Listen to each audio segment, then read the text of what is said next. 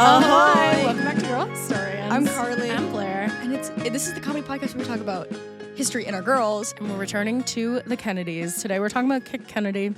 Kathleen Kick Kennedy. And it's class outside again. It's class outside again. I love being outside. I know. I fear we're going to become an outdoor podcast. That's okay. It's not like we're like on the street like interviewing people, which I feel like is more of a nuisance to society. It's just we're in our backyard. Hey, never write that off for yourself. I know. That's true. You have done that though. You've done man on the street content. Yeah, but not for pay. me. Yeah, for pay. For pay. Man like, on and the not street even for for pay. my own. Like, it's been like I did it for like BMO and the Confederation Center of the Arts in PEI. Huge things to And do. again, that's the thing where I'm like, I will humiliate myself for guaranteed money. And for both of those, I didn't at the time know it, but I know it now. Of like, it's beneficial if like you're with a crew because they on the second one, the BMO one, they approached people for me. Yeah. Whereas like before, they're like, oh, it's so funny if we get clips of you talking to like approaching people and they reject you. And I'm kind of like, yeah, but I want a KMS. Who said that? Director. I like them. I mean, I do really like BMO? them. But like that was for the first one because the first one I did for the so Confed funny. Center, and they were like, we want a lot of footage of you getting rejected because Why? it'll That's be so funny. sad. And I was like, and I watched the finished clip, and I was like, it is funny. It's just like, it's one thing if it's like too bad. It's just too bad. It's just too bad. It's just too bad. Yeah, why would you want that on footage? Well, it's also just like even if you're doing it for money, it's still rejection. Like your body still has I am very rejection sensitive, even though I've built my life in a way in which there is constant rejected every all day. the time, yeah. I'm constantly out on a limb. And I think part of that is because like if we know it, we could feel like if we just lean into our instincts of not being rejected, then we'll never do anything. So it's like, well, I might as well, like, if it all feels the same, why not? You know what I mean? Yeah, like, 100%. To me, like, the barista being mean to me is the equivalent to bombing on stage in front of 100 people. Like, it doesn't matter. No, there's no difference. It's about poison in your brain. Exactly, where you're like, it hurts the exact same. And that just means that I feel it all deeply. So I might as well be like, you're going to feel it all the same way. How you been, Carley? I've been okay. How are you? Yeah. I am looking at apartments and I want to KMS. Yeah. But it's fine. It's fun. You know, it is kind of fun. Like, it is fun to be like... It's just wrapped in the stress of having to move. Oh, my God. And I talked about this. I'm becoming a broken record on this podcast, but the gall of these landlords. I know. But it is fun to walk into apartments and be like, who am I when I live here? I know. What kind of girl am I? I know. Who do I become when I walk into these walls? I feel like we all kind of have...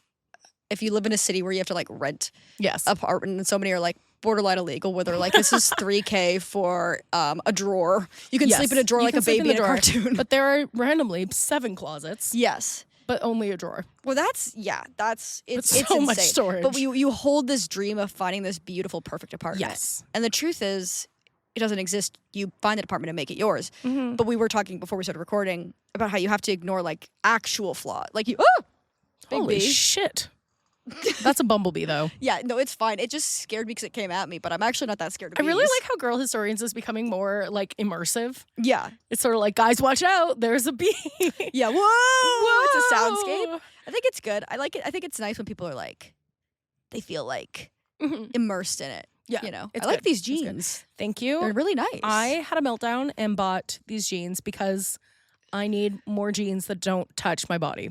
Yeah. So I went and Agreed. I typed in baggy to American Eagle, and these were on sale for $30. They're a really nice color, too. Thank you. I'm very happy with them, and I'm going to stop kidding myself about wearing jeans that touch my skin in the summertime. Yeah, I agree. Even in the winter, it's a long shot. Yeah. You know? I can't believe I used to wear skinny jeans all the time. And Oh, I'm God. not a believer. I don't subscribe to the whole, like, you know... Millennial skinny jeans, ugly. Yeah, and, like, I won't wear them when they come back in style. Like, I wore them because they were in style and whatever, but I will not wear them when they come back in style because, like, the sensory nightmare that is. I can't believe I ever had pants that touched my ankles. I wore black skinny jeans. You're telling me I stayed out all night. Yes. Slept in, like, my clothes at somebody's house and then peeled those back onto my form.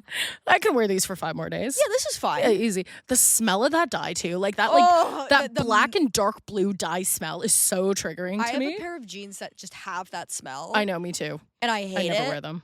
Because I'm like, it's so like acidic and sharp, and it reminds me of camp in a way. Like, you know, when you wear your jeans at camp, and then they get jean smell, and and it mixes with that kind of like acidic. Hate it. Disgusting. Hate it. Disgusting. But yeah, so I'm looking at apartments and I think I've been like over like prioritizing it in the way that I've started to feel very out of body, and I'm like, okay, I actually think I need to take a step back. Yeah, I think that's true. And chill out a bit, because I was like, who am I? Like, not that it's fun because it is stressful, but it should at least be a little fun, you know? And you're looking with your partner, like that's exciting. Yes. Are you going to get a new bedspread? That was the big advice I got when I was moving in with Reese, is to be like, get a bedspread together. I want to. I think the thing is, like, we're going to have 2 beds, and I want my own blanket. Like, I want my own duvet. I have my own blanket. Yes. Well, I don't have a duvet, but I have my own pink. It's a pink blanket from Indigo from 7 years ago. I also have a blanket. It's so good. Indigo. They don't make them like they do anymore, because I've gone to see if there's another version of it now. They make them really shitty and bad. They make terrible blankets now. Like, and they used to make good blankets. Has plummeted. Yeah, but this is a good blanket. Yeah. And it was like pale pink, but now it's kind of gray. Amazing. But it's so comfy. No, this is like, I have this like yucky blanket that I got literally probably like 12 years ago.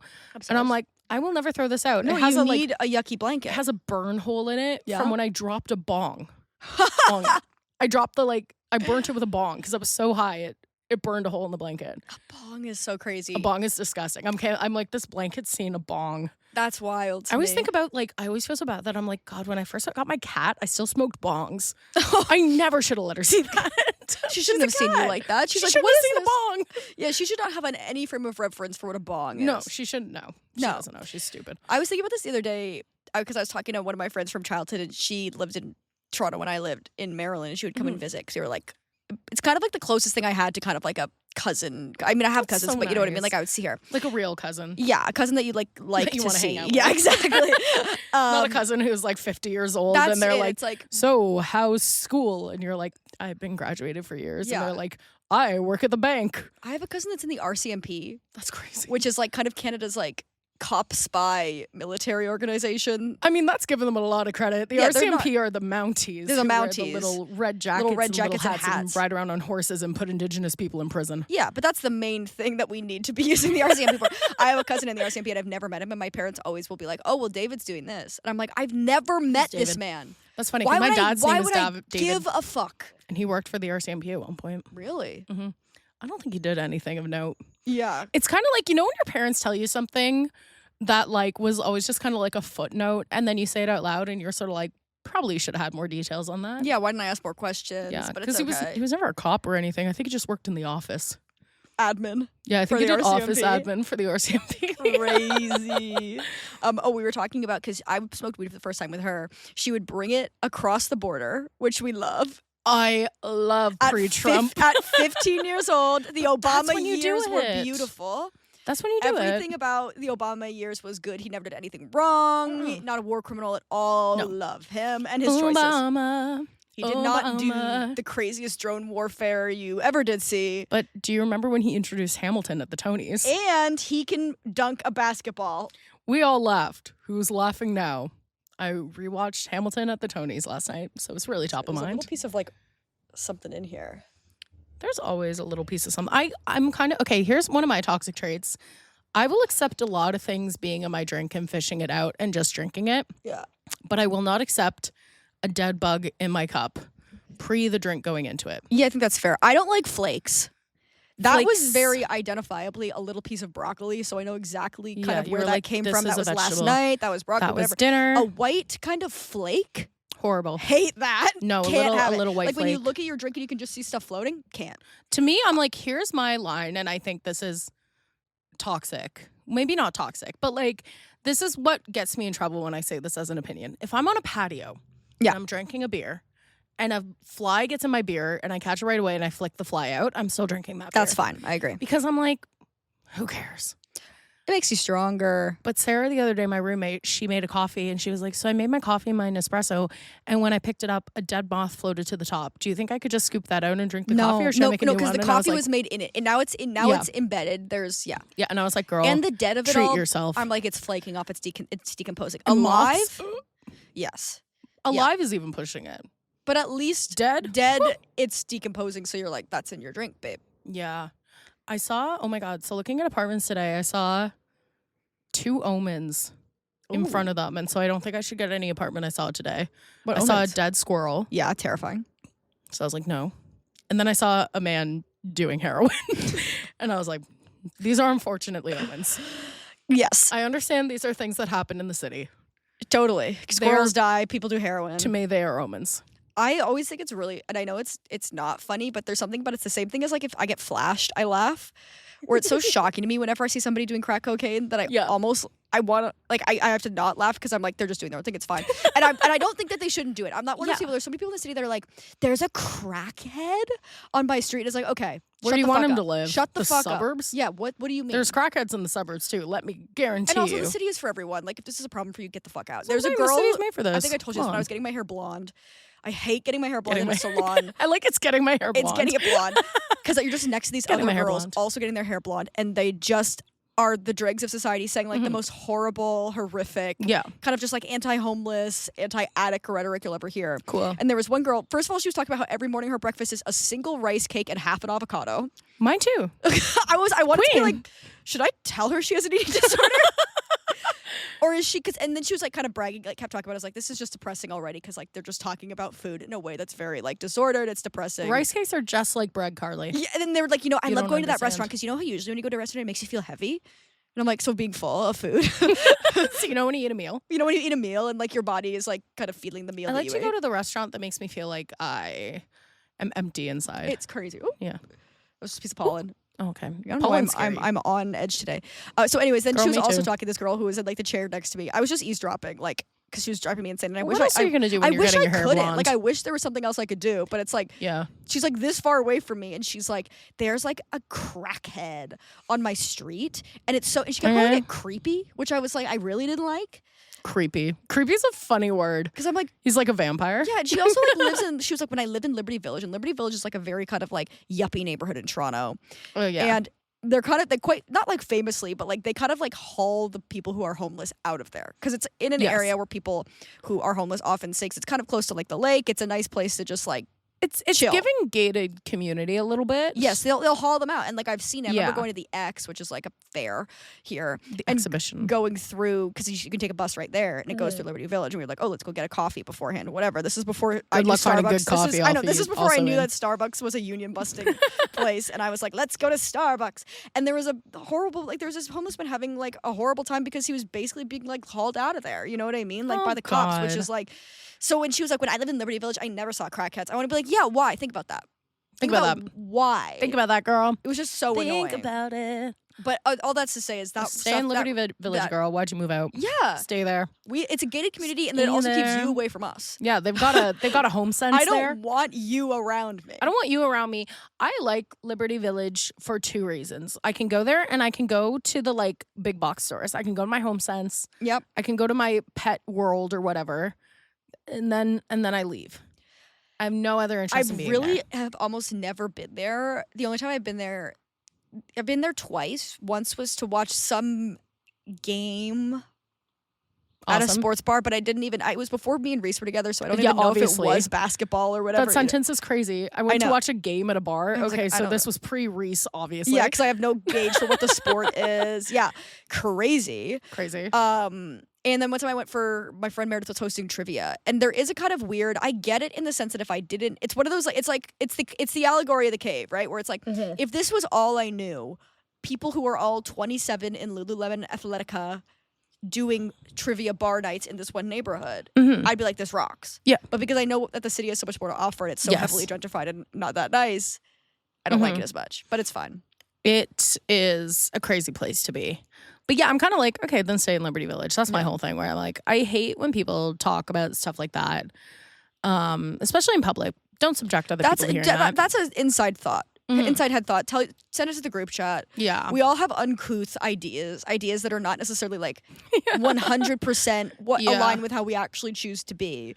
Yes. But you float that to the group chat so your friends go, oh, no, babe. I once saw, when I was walking home a few months ago, outside of the library, someone getting oral blowjob. Outside the library. It was just happened. I was like, glad you're doing it at a site of learning. Yeah, you know that's really important. That's educational. getting that. I used to live in Kensington Market where like I would just be walking home and I'd be like, the amount of people I saw jerking off. That's awesome. And like, hey, you got to do it. you know what I mean? Like, you got to do it somewhere. I'm not saying I remember just having friends, don't love it. Friends visiting me and being like, are you okay here? And I'm like, well, they're not doing it at me. Like, you know what I mean? Like, it's not about me. It's not. I would have more of a problem if it was like, oh, I'm in the same way of flashing is of like, I'm getting off on the idea of you seeing this. Yeah. That was never the vibe. No. The vibe was always me being like, what's going on over there? Oh, work. Got it. Okay. I saw him on the at Bay and Bloor station. I was walking off, me and my sister, and he was just in the middle of the obviously very much like, it wasn't a mental health thing. It was maybe it was a mental health thing, but it was more me being like, I'm jerking off because the girls are here. And I went, ah! Ah! And my sister ran. It was, oh God. But that's what I mean of like, obviously people feel unsafe for different reasons, but I think generally when people have like this weird kind of like anti-homeless or like anti-mental health rhetoric, I'm kind of like, it's more like the tapestry of the city than anything else. Like, it doesn't affect like you. It's not just for you. The city is not just for you. The city is for everyone. Should we talk about Kathleen? Yeah. Let's take a little break and get into it. Yeah. Something.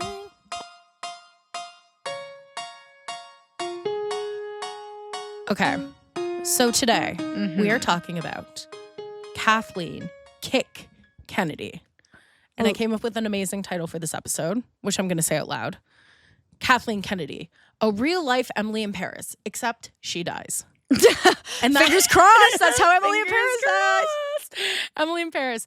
Okay, so Kit Kennedy, I think is really interesting. She had a very short but glamorous life. So this is a bit of a shorter episode, but to me, she's very interesting. She's influential. She's kind of an icon. I think that like people still pull like stuff from her life as kind of like very emblematic of like the Kennedy's ascension. Definitely. And I think like her kind of death is so emblematic of this idea of the Kennedy curse as well. Oh, her life is the Kennedy curse. Is high-key cursed. Like, she's not like a lot of people when they're like, they're cursed. I'm like, okay, I think this girl, not good. Well, yeah, I remember in the World War II episode, she lost her husband. Oh, yeah. It's crazy. So she, her Wikipedia page also. Wait a second.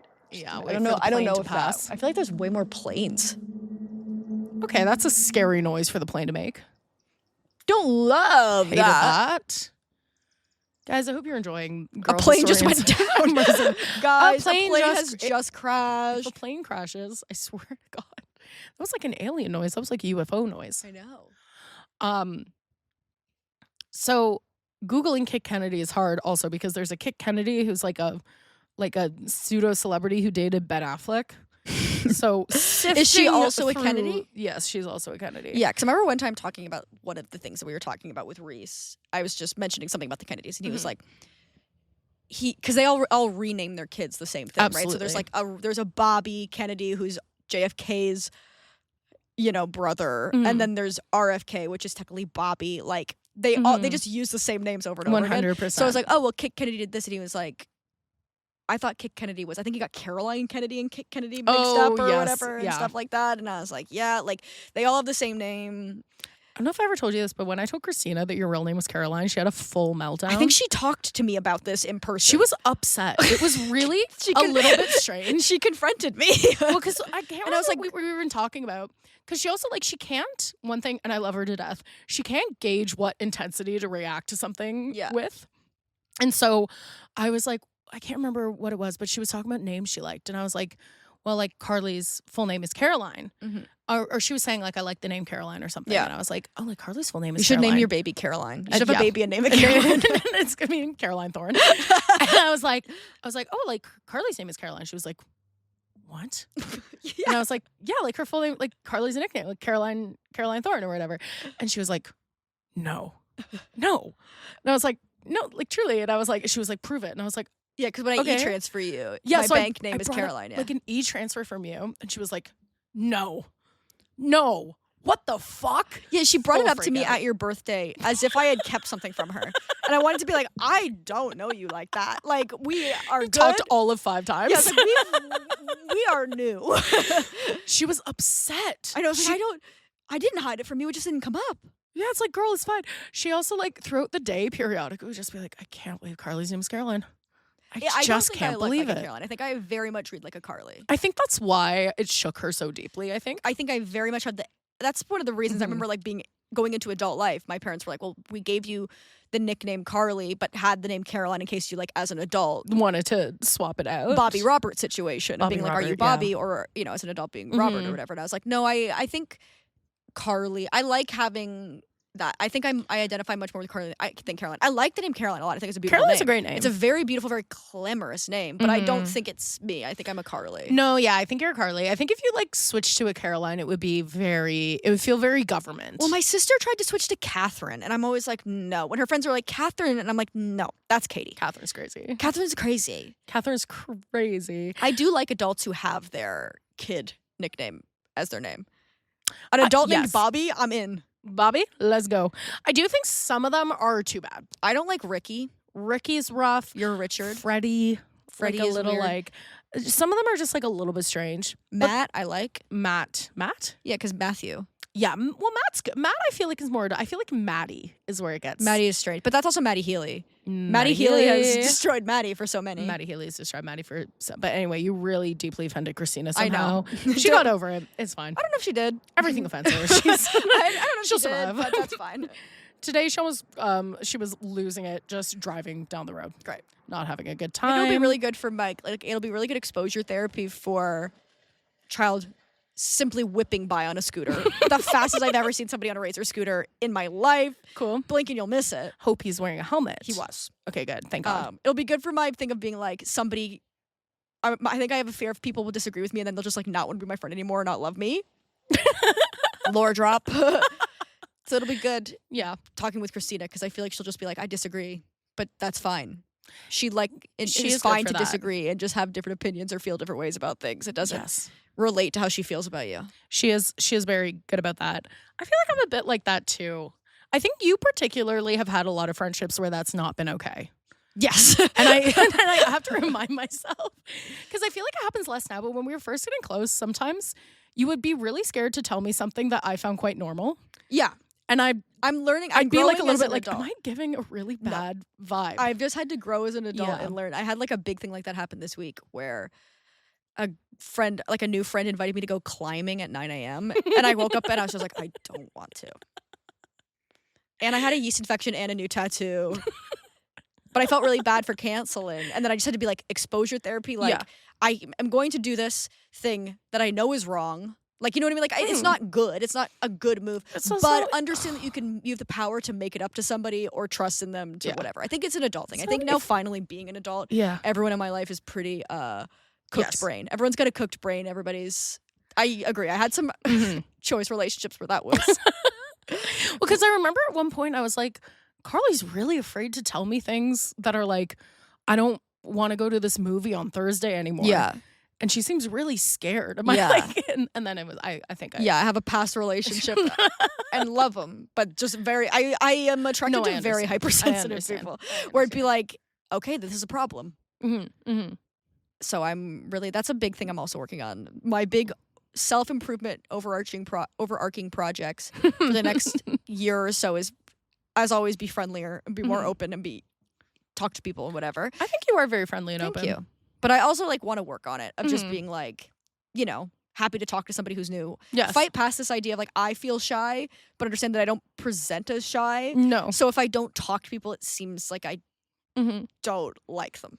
So trying to fight against that and being okay with disagreeing and trusting the people in my life to understand that, take that in and still. Yeah. I think I almost need to do the opposite of it where I'm like, I don't need to spar with everyone in my life. You're like, you can just let it go. Yeah, which I have gotten better at. If you want a sponsor for that, Reese is really, really good at that. Reese is really, really good at like understanding how to win the battle or the war, not the battle kind of thing of like, he'll be so fine to be like, I'll apologize for something I don't feel bad about doing. Yeah. If it just makes my life easier. I do feel like maybe not like directly from Reese, but Reese is like a very like, in my mind, like a very evolved Taurus. He's a pure Taurus. Like he really is the most evolved a Taurus man I think can be. Because I do think that like a Taurus, the problem with Tauruses is like we're extremely stubborn and like you need to learn how to be stubborn without absolutely picking a fight about everything. Yeah, without making it other people's problem all the time. Yeah, where it's just like, I know I'm right because I'm always right. But like, I'm not going to like make you feel terrible about that and ruin our relationship because I'm right about the pricing of coffee. Yes, you know, it's like yes. it's stupid. Yeah, and that comes through a little bit sometimes. If I remember one time, I like mixed up a planet in space. And it was like, it's like a compulsive need to correct me on that. And I was like, doesn't actually matter with what we're talking about Did I at do that? all. No, but that's what he does. Oh, yeah, okay. That's the one tourist kind of thing. It's compulsive. Like, he really needs to, if he knows what the correct answer is. Oh, yeah. Say the correct answer, and I'll be like, and I'm a Cancer, so like, I'm sensitive to that, where I'm like, okay, Like, so you think I'm fucking dumb. hate me and so you think I'm fucking stupid. So you think I'm stupid. No, I'm 100% like that. And it's like fighting that compulsion is so hard. Yeah. Where it's just like, it's something anywhere. It's just like, no, like, It doesn't matter. Like, Doesn't matter. It doesn't matter. But like, you're wrong. You're wrong. You're wrong. You're fucking wrong. I'm right, and you're wrong. No, even like, it was a real practice in strength today. So we were going to see an apartment and we were driving there. And Christina is an Aquarius. God help me. And she was like, we need to find parking. And I was like, there's parking at the back of the building. They told me there's parking at the back of the building. She's like, okay. And then we drove by the building and she was like, okay, well, I'm going to go over here and find parking. I was like, there's parking at the back of the building. She's like, what? And I was like, she's a free spirit. I did tell you that she's a free spirit. She's an Aquarius. So we just drove around the block for 10 minutes because she just like wouldn't listen to me that there was parking at the back of the building. Wow. And I was like, I was right. What is your sign compatibility? How are those signs compatible? So not typically compatible. Yeah. But my moon is in Aquarius and her sun is in Aquarius, which is very good. I mean, my parents are Aries and Cancer, very not very compatible. I also think like sun signs don't really matter as much as like other different aspects. Yeah, like it's the whole picture. Yeah, like her Venus is in Pisces and mine is in Taurus, which is good. Yeah. And like the Capricorn. I'm going to ask you one time, I'm going to have you do Reese's. I would love to. Because I want to have information on it. I know mine pretty well, but I want to know Reese's. And he's always like, I don't know. I could read yours on top of each other. I love that. Okay, get his time of birth and I'll put it in. Okay. But anyway, Kathleen. Right. Right. No, right. The way my brain is like, I'm so ready to go on absolutely any tangent. Yeah. Today. Right. We're here to talk I about also history. am, and guys, this is for everyone, and also Carley, I feel very out of body looking for apartments. I think it is triggering some deep unknown trauma in me. You don't seem that way. I know. I think it's just more like, I think I woke up and I was like, I feel like I just haven't been like processing my life in the same way. Yeah. Because it's like you've been very such a big busy stressor. Too, and it is a big stressor. And there is something that's so like having a place that's yours to land. Yes. Is so crucial, especially if your childhood was characterized by like not consistency.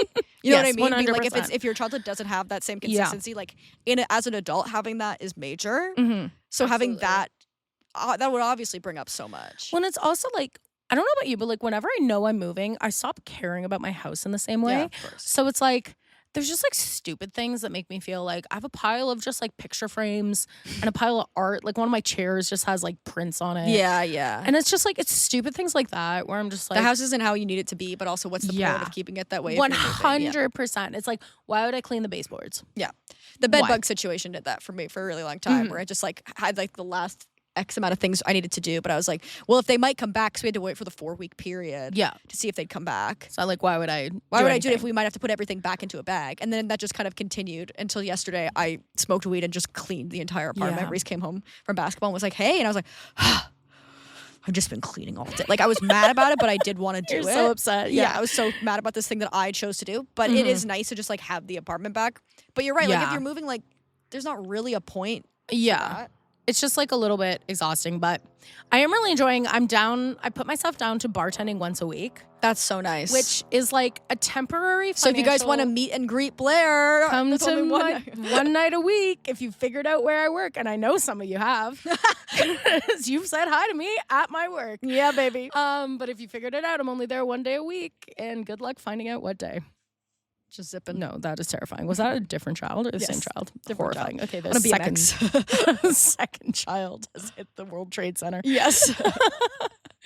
But yeah, that's been really good for me. So that's countering. Yeah, that's horrible. But you're not. If you're concerned about seeming that way, I don't think you're seeming out of body or disconnected at all. I think it's more just like in my head. To be honest, feel disassociated. Yeah, I feel like I'm kind of like, what? Yeah, of course. It's also exhausting too. Like, so you're also just tired. Yes. Midday slump. We always record mid-afternoon, which is good, but sometimes you just hit that midday slump and you're like, what? Yeah. I feel like something's going to happen to me in September where all of a sudden I'm going to be like Carley, we're recording tomorrow morning, 8:30. I'm into that. I think if you move closer to me, that would be huge. That would be huge. I know, this is my problem with moving too, where I'm just like, oh, this house is okay, but it's close to my friend. I know. And I obviously know that like you should just move whatever works for you. But I'm like, if you lived in the neighborhood, but I see my neighbor like your neighborhood. It's a good neighborhood. Your neighborhood's and I like see the number 2 for neighborhood me. girls all the time. I see Sachin so much. Because it's just like, hey. There's always stuff renting right around Sachin, and I'm like, I can't do his area, but your area, like my area is nicer. We've got trees over here. Yes, We've got hawks. They've got hell over there. Yeah, it's a lot more like once you get, I mean, not to dox me, but that once you get up to that street up there, Yes, it's a lot more industrial again. yes, it's rough. But it's still not, it's like really rough. not gentrified yet, which is nice. It's all old or Portuguese men just kind of hitting the streets. I know. Oh my God. There's one apartment that we're going to go see that just has the wildest tiling. And you're like, Christina was like, why is the tiling so fucked up? And I was like, Portuguese men, babe. yeah, because this was a Portuguese man in his 80s side project. Yeah, 100%. Yeah. This was a Portuguese man with taste in the 80s, and now it looks crazy, but insane. But in the 80s, it hit. You had no idea. This tiling was talk of color the is town. It's like black and white. Like it actually is. Like you look at it, and it looks like one of those like it's like a magic eye. Yeah, like a magic eye where like you look at it long enough, you see a horse. yeah. But it's on the ground. Love. It's also this one. I'm like, I didn't even clock it, but like they have a stove top, and then the oven's in the cupboards. Wild. So I'm like, that's a fire hazard, right? I don't know how I feel about that. That's a fire hazard, right? I don't have a lot of information. It looks so cute. It does look cute. And it's close to you. Then you should take it. I'm gonna take it. Every once in a while, whenever I get like an ad for those stick-on tiles, I almost get them for my beige, ugly kitchen tiles. The way I've had stick-on tiles in and out of my cart. Because I'm like, well, how mad would my Hundreds of landlord times. be if I did stick-on tiles? Because they're so much cuter. Yeah. My truly, this is not me being like, feel bad for me. Because it's not that, like, it's fine. The tiles in my kitchen are just ugly. Like, it's just, they're long and gray and kind of like whatever. I don't think I've ever clocked them at all. Well, because they're nothing. Okay. It's like beautiful. It's like a void. Like you look at it and you immediately forget. You should put down a really expensive Persian rug in my kitchen. In your kitchen. And no, I don't clean it. It's fine. I'm like, it's a self-cleaning rug. The rug cleans itself. Don't worry. I think I told you that I've been watching a lot of Paige Wassel on YouTube. Yeah. Who's like this interior decorating girl. I actually love her videos because I find them quite calming. Yeah. But I like her a lot too because she's not someone who's like, you need to go out and buy these things. Yeah. She's a lot of like, here's how you thrift things. Here's what to look for. Here's how to use your stuff in a way that's good. And which I really like. Maybe I should start watching her again.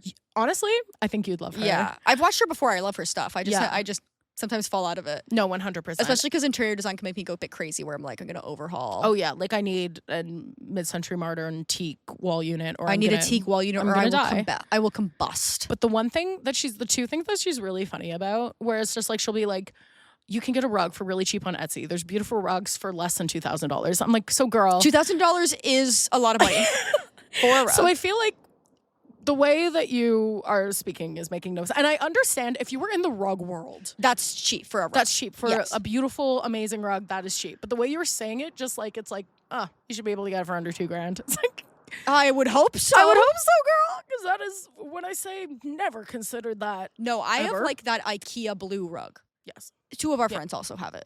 Because it's the rug. It's the IKEA blue rug. And I'm happy with it. Yeah. 100%. But I can't imagine it was more than $250. Rugs were the biggest shock to me in terms of like housewares. Couch for me. Oh yeah. Okay. So I'm like, what? No, the way that like some of those couches are going for the price of a goddamn car. I know. I'm like, I'm not gonna pay $6,000 for a couch. To fart on this? Fuck off. No, it's insane. It's insane. And those like modular couches really piss me off too, where I'm like, so you want me to pay $3,000 for this couch and the couch isn't even stuck together? It's crazy. You haven't even nailed the couch together? It doesn't include nails? You don't have nails? Yeah. This thing's just gonna fall. I'm gonna fall down the crack. I know. I'm gonna drop my phone. You want I'm me to never drown? gonna see it again. You want me to drown? Is that what it is? You want me to drown in there? I know. I'm trying to do the podcast on a modular couch. Oh, I know. Whoa. We're like on a boat. Well, especially because like if you live in Toronto, like your living room is fucked. Like nobody has a living room that's a normal length. No. Why is mine so deep? We'll never know. Mine is just long as fuck. Yeah. So it's like I'm paying this much money for something that doesn't even fit my fucking room, my living room. Are you kidding me? No, it's insane. Well, and it's like, it's beautiful to have like a little fireplace in your living room, which you have and I also have. And it's like, okay, so there's no actually right room to put a TV or a couch or anything. Nothing fits correctly. No. It's just gonna look weird. It's just gonna look weird no matter what. And you gotta hope and pray that it's like cute, whimsical weird. Yeah. What's her other thing besides rugs? You're saying there's 2 things that she's... Oh, the other thing is she'll be like, if you have an empty wall, just throw in a wooden wall unit. And then she'll link ones that are like, again, like thousands of dollars. And I'm like, I understand if you were in the world of wooden wall units. This is not bad. But I'm like, girl. No. Your video is called Decorate Your Home on a Budget. And I'm if your budget, $5,000 worth of teak and carpet. I know. I love her though, honestly. She's very calming to me. Yes. And her style is very good. I like her style. Okay, anyway, back to Kit Kennedy. Yes. So Kit, short for Kathleen, which I really like. Yes, I like that a lot. My grandmother's was a Kathleen. I like a Kick. I like Kick. I like a Kick. I like a Kath. Kath, yeah. Mm-hmm, mm-hmm. Kathy's tough. Kath. Because that's tough. Ack. I have an Aunt Kathy. Ack, you know? Yeah. The comic strip.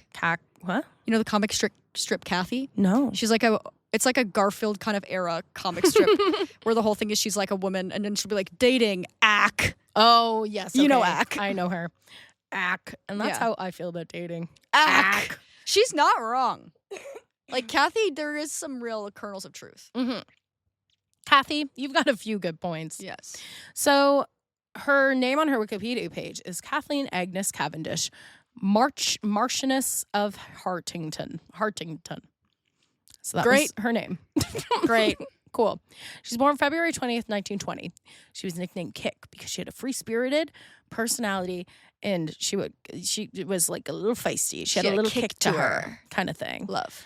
Also, what else are you going to call a Kathleen, respectfully? Yeah. So she like grew up. She was like a bit of a tomboy. She played football. She was like always like roughhousing with her brothers. Yeah.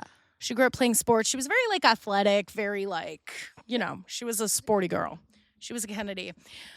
And she had a zest about her. She had a je ne sais quoi about her. She moved with her family to Bronxville, New York, as the Kennedys did. She went to a private school there, Riverdale Country School. And then she went to the Norton Convent of the Sacred Heart in Connecticut. And then she went a year abroad in France to be in a convent school. So she was like, part of the reason she got sent to a convent school was because she was like flirting with boys. It was too much. She had a lot of suitors. So like, it's so funny because like, there's some sources on her that are just like straight up kind of rude where it's like, even though she didn't have the looks, they still wanted to fuck her. And I'm like, she was beautiful. I don't know what the fuck y'all are talking about. Also, it's just like she's like a conventionally attractive woman. And like the way that people were talking about it is like, even though she like her biographer described her as having stooped shoulders and a thick neck and a plain face. And I'm like, hire a better biographer. What do you mean thick neck? Your neck is thick. Well, I have, but like, it's not been her. Yeah, no, so there's nothing wrong with having stooped shoulders. Okay, some of us have really tight kind of. I know, me too.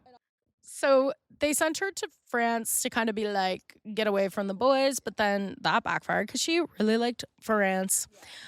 One of her, I'm like, our horny teen daughter needs to be less horny. Let's send her to France. What the fuck is wrong with you? What the fuck? Yeah, send her to fucking Greenland or something. And then she'll start making alternative noise music. Yeah, like, God, don't be weird. All beautiful places. I know. Now, France is too horny. That's what I'm saying. She's Emily in Paris. So she had many suitors, and a lot of them were like her brother's close friends, which is iconic. She really went, that one. One of her suitors was this guy named Peter Grace, who was like an heir to this big company that I tried to read about. And then I was like, I actually don't care. Boring. But he was an heir, and she kind of like went on and off with him. There's this ongoing theme throughout like Kick's life is that like she had like many suitors and had like this very romantic kind of love affair filled life. But she kind of never really felt like she herself could actually like fall in love or like feel love. If that makes sad, sense. Yeah. Not like in a sad way, but just sort of like people fall in love with me and I am a free spirit, like that kind of thing. Okay. I don't think it's like she's not a relationship girl. Yeah, like she was very much like, people will come and the men will be men and I will just be here doing my own thing. Love. And she was following like the romance, a little bit of it. Does that make sense? Yeah, no, it makes sense. Because I was trying to wrap my head around it too, a little bit. But she know was, this girl. She was very much like, she wanted to have like, it's very much that like, take a lover. Yeah. Have lovers. Yeah. That kind of vibe. So she goes, as we know from the Rosemary episode, she goes to London when her father moves over there. And she debuts. She's a debutante. To the king and to Elizabeth. And she is a smash fucking hit. Like, she's just talk of the town.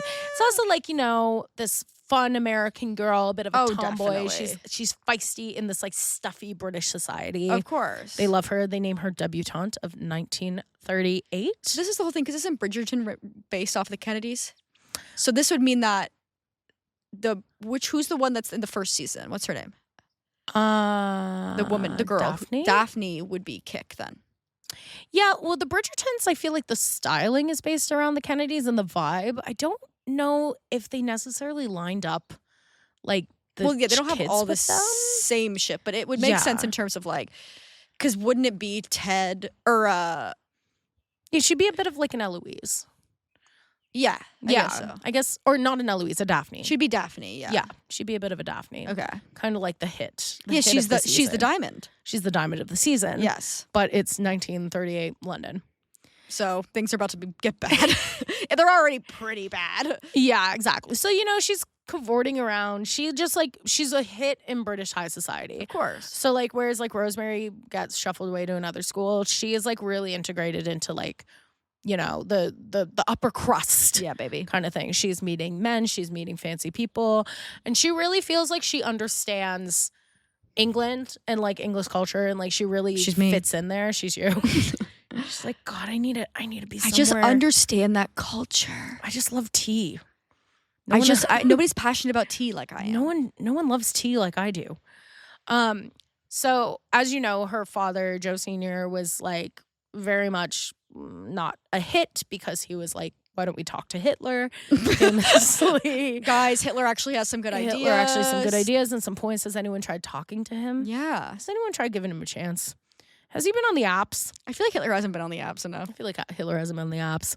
Oh my God, I played a game last night called Secret Hitler. Oh yeah. Which was like werewolf. What were you doing last night? Oh, I went to a barbecue with Christina's coworkers. Oh, fun. And it was very nice. Yep. I was very tired. I'm going to be honest. I was for some reason, very, I was very just tired. like, I just was curious. I was like, what is this social interaction you went to where they're popping out a board game or a card game? I know. No, it is kind of like, I think sometimes I forget that like doing stuff like that is fun. Like you can just do an activity. I know. I'm so anti-game. Yes. But I'm not actually. Mm-hmm. Because I'm anti-game when somebody kills the vibe by bringing in a game. Oh my God. Well, Cards Against Humanity can catch these hands. Keep it over there. Now Jackbox. Jackbox? Girl. Now we've got a conversation. I just got sick of Jackbox because we were playing it so much in the pandemic, and like people would just write like testicles. Yeah. And then they'd win. Yeah. And my thought out. Yes, response. of course. That's what's kind of fun about playing Jackbox with comedians is it's like it becomes free associating so quick. Where it's like the weirdest pizza topping, musical guest, Hosier. But that's funny, you know what I mean? Like that's so funny. Musical guest, Hosier. Anyway. Mm-hmm. So she meets Billy Hartington around this time. Yes, of course. Which is her future beau. But mind you, this is 1938. She's playing the field. She was a hit, is what I wrote, which is true. So 1939, as we know, World War II breaks out. Yes, famously. A famously amazing time for the Kennedy family and also by extension the world. Yes. So she was living in France at the time and she moved back to England. And she was very much like, I want to stay in England. And her father was like, no, you must come home. Sad. And she is quoted as saying something, I forget the exact quote, but she was like, my father just doesn't understand the British like I do. No. Which, queen for that. Yeah, she's like, I understand the British because they love me. Yeah, 100%. Well, she isn't. She's also like, they're obsessed with me and I have all these friends. Why would I leave? Also, like, just because you said we should listen to Hitler's ideas doesn't mean I should lead all my friends. They like me because I'm fun and feisty, and everyone else here is boring. Yeah. And in war. So she goes back and she is still in school. So she's popping around a couple of schools. Mm-hmm. She briefly attends Florida Commercial College and New York's Finch College. Ooh. She drops out in 1941, and then she does a little bit of writing, a little bit of journalism. Okay. Which is very cool. She works she has some editorials published at the Washington Times Herald. Cool. She was a research assistant and took over a column that was called Did You Happen to See? Ooh, bring it back. Which was basically, like, from what I can understand, it's like political gossip. Fun. Which is very fun. She's demois. She's demois. She was the demois for the government. Yeah. Joe Biden spotted in Washington, D.C. Likely place for him to be. Likely place for him to be. Oh, rest in peace. Rest in peace, Brian Wilson. Joe Biden is alive still. Yeah. For now. I'm going to be sad when he dies. And hey. Sleepy Joe finally gets to rest. I might cut that. Sorry. I think you should, but it's funny. Let it be said it's funny. I do. I think I'm going to be sadder than I should be. I don't think I'll be sad. I mean, I'll feel bad for his family, but I was listening to the Beach Boys yesterday. Oh, yes, because Brian Wilson died. And Sarah took over my Spotify jam and played Benson Boone, and I cried. I was so upset. It's funny to take over somebody's jam and just play Benson Boone. It's funny to do that, but then later she was like, I just realized you were listening to the Beach Boys because Brian Wilson died. And I was like, yeah, girl, and you took over my speaker and played Benson Boone. She just went and she fast forwarded to the part that was like, please stay. I was like, I want to fucking die. Anyway, so she doing a little bit of writing, doing a little bit of journalism. She also wrote a couple of movie reviews. She did a little reviewing. Letterboxd famous. Little performing arts reviews. She was letterboxing. And then she kind of like, this opened her up to like other worldviews. And you see this kind of happening where like she does have like markedly different views than the rest of her family. She does she's like the rebellious one. She does kind of like. What are the views? It's like, honestly, I think just it opens her mind, and she's like, "There's more to life." Like, yeah, than just being on this one track to like. Yeah, exactly. Have to be politically relevant. Yeah, she's like, my family's always thought this way. I don't have to think the same way as my family. No. So then in 1943, she's like, okay, I really want to be back in England, and also my lover boy's over there. So who's Billy Hartington that we mentioned earlier. So she signed up to work for the Red Cross within the war, which very cool. Yes. So she was like kind of basically in like not active battle, but she was like, but she was treating people in the war. Yeah. And she met up with Billy Hartington.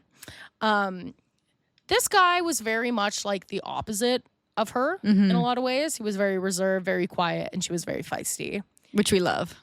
Honestly, I love it. He was very wealthy, and he was the future Duke of Devonshire. Love.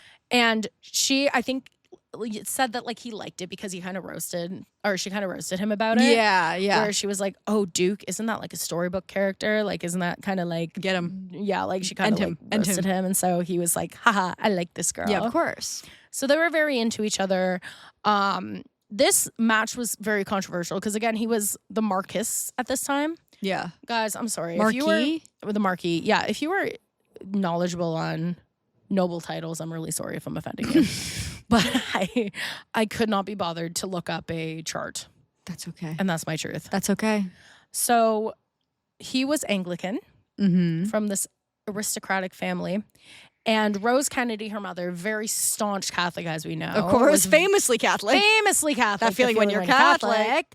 Very Catholic. And she was like, I do not want you to be with someone who's not a Catholic. And this guy's Anglican, and his family, like, obviously isn't going to. No, because he's a Marquis. Shift on him. Because he's Marquis, and he's going to be the Duke. And, he's got to be in the Church of England. Yeah, famously. He can't just be in the Church of Catholic. No. So, they basically, like, the mother's very against it. Joe Sr., Kik is, like, his favorite daughter, so he's very much, like, more willing to... Kik can do what Kik wants to do. Kik can do what Kik wants to do. So they finally decide that, like, you know, they're going to get married, and Kik is going to stay Catholic, and Billy will remain Anglican, but then their children will be raised as members of the Church of England. Okay. So they finally do get married in a 10-minute ceremony. Cute. In a registry office. Very funny. And the only family member who came to her wedding was Joe Jr. Okay. So obviously she's very close with Jack and Joe. Yeah. Jack was adrift somewhere on a raft at this time, possibly. Yeah. They also just, like, Kik fucked off. You know what I mean? Like, yes, she was doing her own thing, and, like, her mother was mad. Like, her mother was very much like, we will disown you. Like, this is not, like, don't do this. So her mother was very, like, checked out, felt very betrayed by Kik, which is a little ridiculous in my opinion. So they get married. They have about, like, 5 weeks, like a month together to kind of be in wedded bliss. And then he gets shipped out to fight for France. Yeah.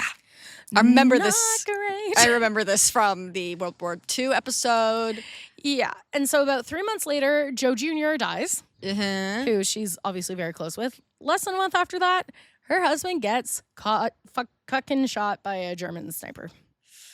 And he dies. Well, yes, he was shot by a German sniper. Which famously is survivable. Yeah. You can get shot by a sniper and survive. Probably. Well, no. not for maybe. JFK.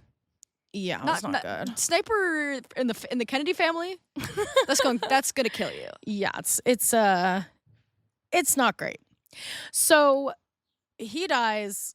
So obviously she's fucked up. Yeah. Like, loses her favorite brother and then her husband in, like, less than a month. Yeah. That'll fuck you up a little bit. Maybe. Yeah. If you're weak. If you're weak, if you can't fucking handle it. You don't have better help. So she remains in London after that. She lives with her in-laws. Okay. Like the Cavendishes. Yeah. So she sticks around with that family. She's like, I want to stay as part of London social circuit. Yeah. And, like, she feels very much like a part of that family. She keeps the title, but she becomes, like, dowager. And someone else takes over the Duke dumb kind of thing. Yeah. Does that make sense? Yeah, totally. Okay. So she eventually saddles up with this guy, the 8th Earl Fitzwilliam. They become romantically involved. Ooh, this was scandalous. Because first of all, a lot of people felt like she didn't really give it enough space from her husband dying. This guy's also, like, a known womanizer. Love. Womanizer. Also, he's 10 years older than her, which could be worse, you know? Oh, definitely. I mean, how old is she at this point? She's, like, 20, 27. That's fine. 28. So he's 38, she's 28, kind of around this time. All the photos of him, he looks about 50. It's crazy. Like, I literally double-checked his birthday on 3 different sources because I was like, no fucking way. He's like Nara Smith. Like, you have seen that, like, Nara Smith has been 23 for, like, 5 years or whatever. People that's so toxic. So he's like Nara Smith. I'm actually going to show you a picture, and I'll put a picture in the video because, like, it actually, when I say, it was shocking, and I checked the sources, too. You're like, this guy simply has to, this is not how old he is, but this is how old he looks. 100%, because, like, it's pictures of him with... Yeah. It is crazy. Yeah. He looks so old, guys. It's actually crazy. Yeah. It's not great. He doesn't look not old. He looks, I would peg that as, like, at least a 50-year-old man. This one's crazy. No, horrifying. That's... Like, so he's this, like, womanizing dude. He also is, like, currently married. Love. And love is love. Nothing wrong with that. Happy Pride.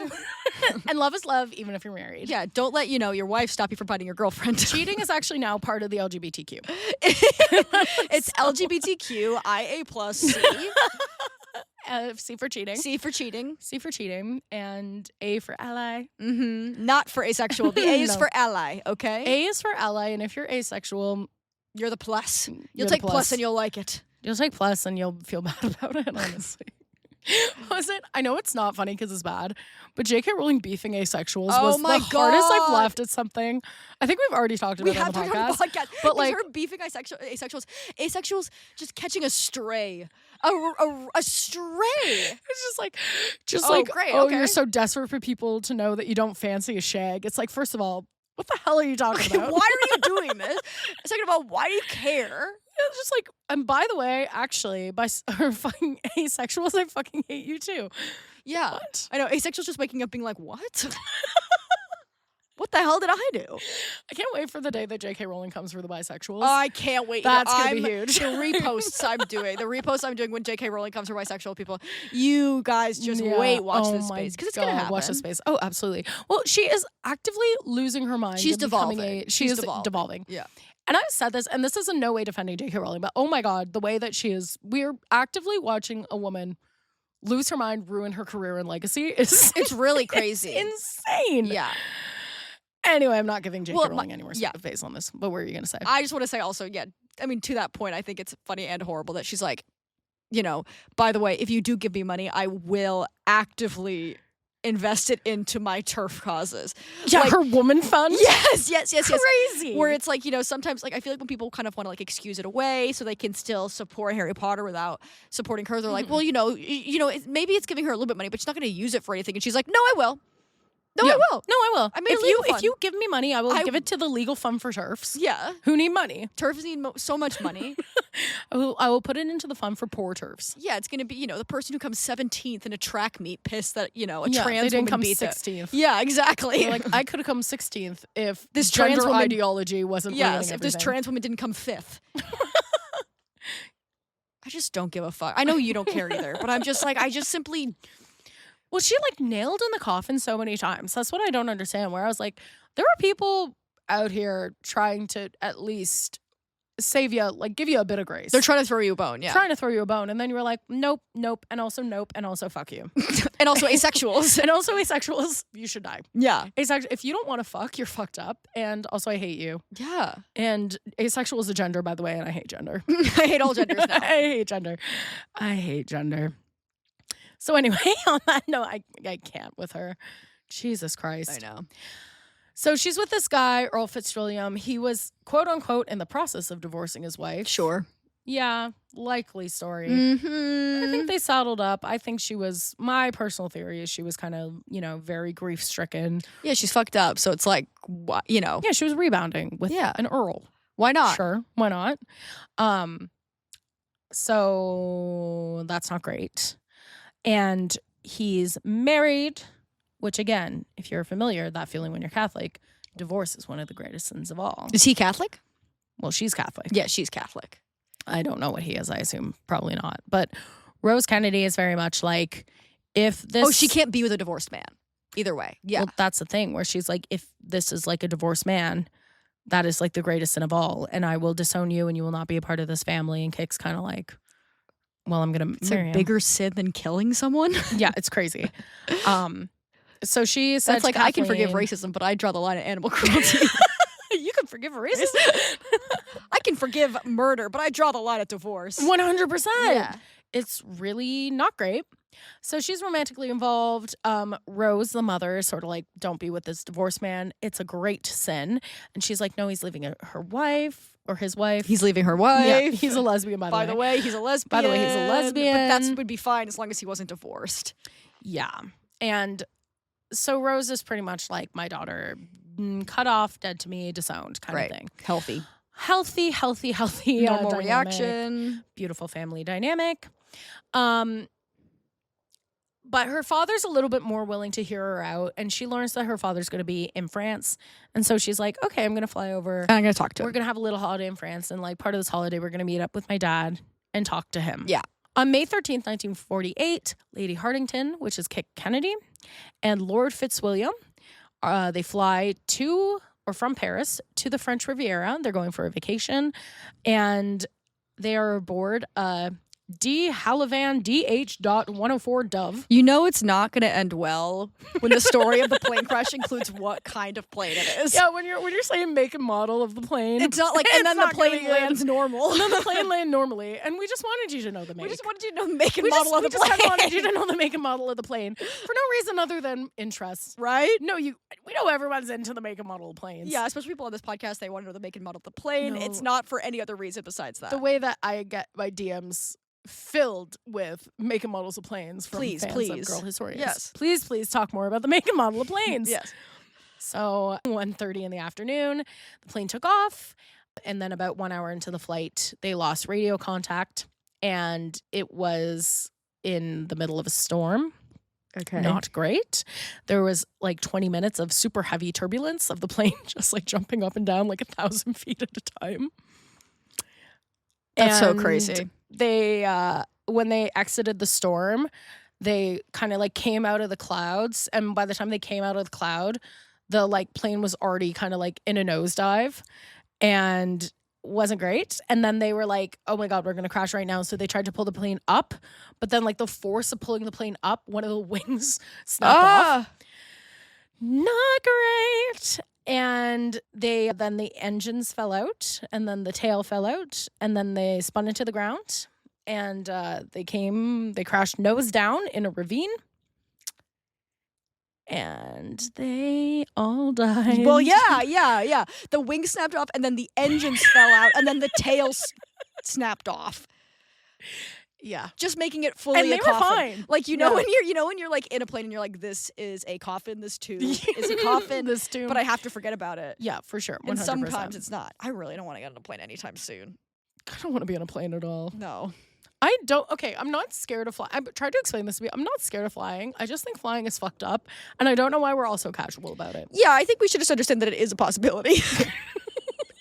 I don't feel that it's irrational. I feel like it's actually incredibly rational. It's rational. It's like, just, if you're getting shot in the head. Yeah, like, I don't know that. It can happen. Yeah. I just think it's crazy that, like, people are in a plane being like, ugh, I can't believe I have to fly somewhere. I'm like, I can't believe you're able to fly somewhere. Yeah. We have metal machines. That should not be how this soaring works. Through the air. Nathan Fielder's flying a plane. Insane. Horrifying. Yeah, so she dies. She was buried on the Cavendish family plot of her first husband, Billy Hartington, and her father is the only family member to attend her funeral. That's so fucked up. It's pretty fucked up. It's not good. Rose Kennedy refuses to go to her daughter's funeral. She says no. Don't know what the fuck is up with her. Strenuous time. I do think, we'll make exceptions for the siblings, which is, we don't know what they were doing, but still pretty fucked up. Also, especially when there's, such a kind of history of, the parents keeping things from them. They might not have even known where it was or be able to attend. Well, that's kind of the thing that's so fucked up about it, where it's this is a terrible sentence to say, but, I kind of keep forgetting that they don't just have, Instagram, where it's there's no way for them to get that information. Yeah. If you're not told where the funeral is by the person who received the telegram that you're not going to find died, out. You're not going to find out. Yeah. So Jack did visit her grave. I believe honestly pretty close to when he died too, which is freaky. But yeah, she is so emblematic to me of a Kennedy who kind of broke the mold a little bit and was severely, honestly, punished for it. Of course. Just disowned, dismissed, because she wasn't really fulfilling what they wanted her to be. And left alone. She has no support system. No, it's awful. So, and then she died. She was 28 years old when she died. That's sad. It's very sad. And that's Kate Kennedy for you. Shall we do? Yeah. Do you have any questions concerned? No. Okay, cool. Let's make this tragedy about us. The part of the show where we take this tragedy, aka Kate Kennedy's death. Yes. And make it about us. Okay, give yourself a feisty nickname. Oh, okay. Great. What a feisty nickname. Do you have your idea? I think, for a while, and when I say a while, I mean a very short time because I shut it down. But I had a friend who called me Blart. I like Blart. It was not great. But it Paul felt Blart. feisty. Is it yeah, Paul like Blart? Paul Blart. Mall cop? Okay. But I feel maybe I think B or Busy Bee. Ooh, B is good. B or Busy Bee. I think Busy Bee. Yeah, Busy Bee. Busy Bee. B for short. B for short. But Blair, Busy Bee, yeah. Busy Bee. Ooh, okay. I don't know. Car keys. Car keys. This is our drug dealer names. Yeah. Busy Bee and car keys. Gotta go talk to car keys. Well, if Busy Bee's not on board, then you're not going to get car keys. Yeah, you have to get Busy Bee before you get car keys. Busy Bees, you gotta get car keys. Great. Well, I'm landing with that. I'm sticking with car keys. Car keys is really good, actually. Thank you. I've heard some amazing drug dealer nicknames in my time. I don't have any in my. I knew someone named Low Key, but they would stylize it as the emoji down arrow and the emoji lock. Ooh. Or the emoji key. Or did they do lock? Wait, that makes no sense. I think they did lock. The only drug dealer I've ever had a communication with, his name is just Muhammad. I think he just went by his that's his full name. I mean, that's the world's most common name. Not so even that's not really even hiding, but in not plain even sight. Mo. No, it was Muhammad. Yeah, fully. But that's hiding. That's smart. That's hiding in plain sight. Yeah, yeah. That's. Do you know any? What other drug dealer names? I'm trying to think. Some of them I can't say. There were a couple of times where I meet someone whose name was a slur. I'd be like, okay, so I can't.